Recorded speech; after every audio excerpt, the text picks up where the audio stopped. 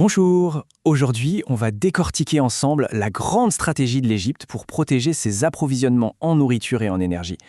Et c'est crucial parce qu'on vit dans un monde de plus en plus imprévisible. C'est un plan vraiment audacieux, une manière de naviguer en pleine tempête mondiale.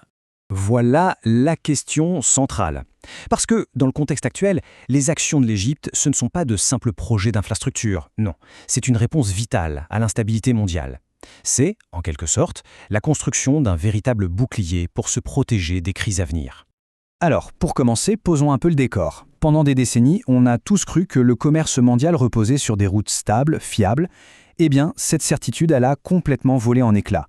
Les crises récentes nous ont montré, parfois brutalement, que les chaînes d'approvisionnement pouvaient se briser à n'importe quel moment.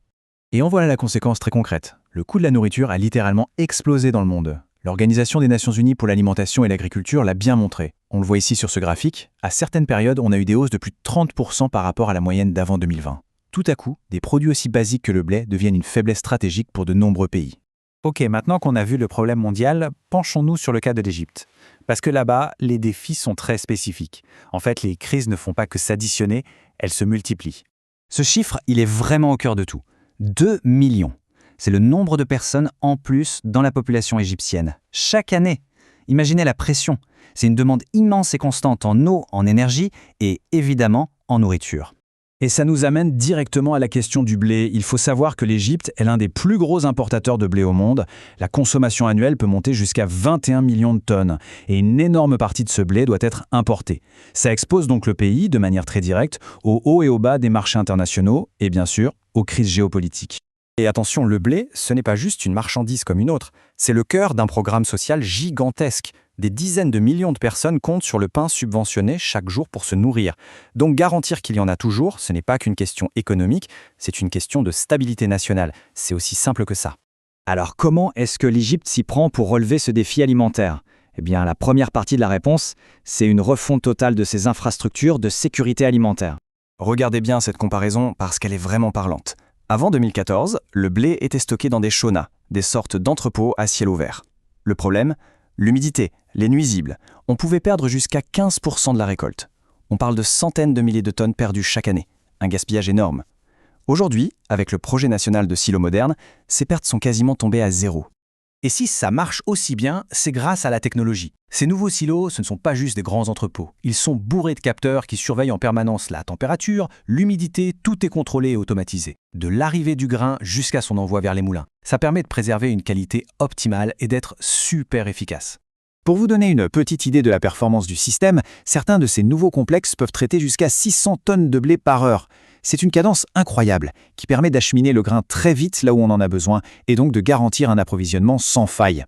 Mais le point le plus important à retenir, c'est que les silos, ce n'est qu'une pièce du puzzle. La stratégie globale est bien plus vaste. Elle repose en fait sur 3 piliers. D'abord, augmenter la production locale, notamment avec de meilleures semences. Ensuite, moderniser le stockage, on vient de le voir. Et enfin, et c'est crucial, diversifier les pays où l'Égypte achète son blé, pour ne plus jamais dépendre d'un ou deux fournisseurs seulement. Bien, maintenant passons de la nourriture à l'énergie. Pourquoi ? Parce que la logique de protection est exactement la même. L'Égypte cherche par tous les moyens à sécuriser le carburant qui fait tourner son économie, en se protégeant là aussi des chocs qui viennent de l'extérieur. Ce chiffre, il dit tout sur la fragilité de notre système mondial. Une énorme partie du pétrole de la planète passe par un seul couloir maritime, le détroit d'Ormuz. La moindre tension militaire dans cette zone peut faire flamber les prix de l'énergie en quelques heures seulement. Alors comment on fait pour contourner ce risque ?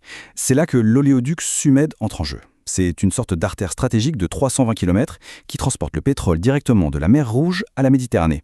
Il offre un bypass, une alternative au canal de Suez si jamais il y a un problème. C'est une solution de secours absolument vitale. Et ce n'est pas une petite artère. La capacité de cet oléoduc est juste colossale. Il peut faire passer jusqu'à 3 millions de barils de pétrole par jour. Ça montre bien son importance, pas seulement pour l'Égypte, mais pour le monde entier, en tant que route alternative et sécurisée.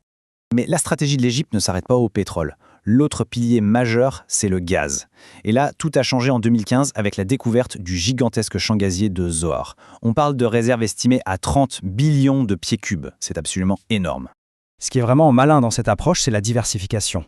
D'un côté, le champ Zohr assure l'indépendance énergétique du pays et permet même d'exporter du gaz, notamment grâce aux terminaux de gaz naturel liquéfié. Et en même temps, l'Égypte investit massivement dans les énergies renouvelables, comme avec l'immense parc solaire de Benban. L'idée, c'est de créer un mix énergétique solide et varié. Pour conclure, si on met bout à bout toutes ces initiatives, on voit se dessiner une vision d'ensemble très claire, très cohérente, celle de construire une véritable forteresse de résilience. Il faut vraiment voir tous ces projets non pas comme de simples dépenses, mais plutôt comme un investissement. C'est une sorte de police d'assurance nationale. Leur vraie valeur n'est pas seulement économique, non, elle se révèle surtout en temps de crise, en garantissant la stabilité et en protégeant les gens des chocs mondiaux. Et cette chronologie le montre très bien. Tout ça, ce n'est pas du tout improvisé. C'est une stratégie mûrement réfléchie qui se déploie depuis une dizaine d'années. On est passé d'une situation de grande vulnérabilité à une position de force, avec des réserves stratégiques bien plus solides, que ce soit pour la nourriture ou pour l'énergie. Tout ça nous laisse avec une dernière question, une question à méditer. Alors que les crises s'enchaînent, peut-être que la véritable puissance d'une nation aujourd'hui, ce n'est plus seulement sa force militaire ou son poids économique, mais bien sa capacité à encaisser les chocs. Autrement dit, sa résilience.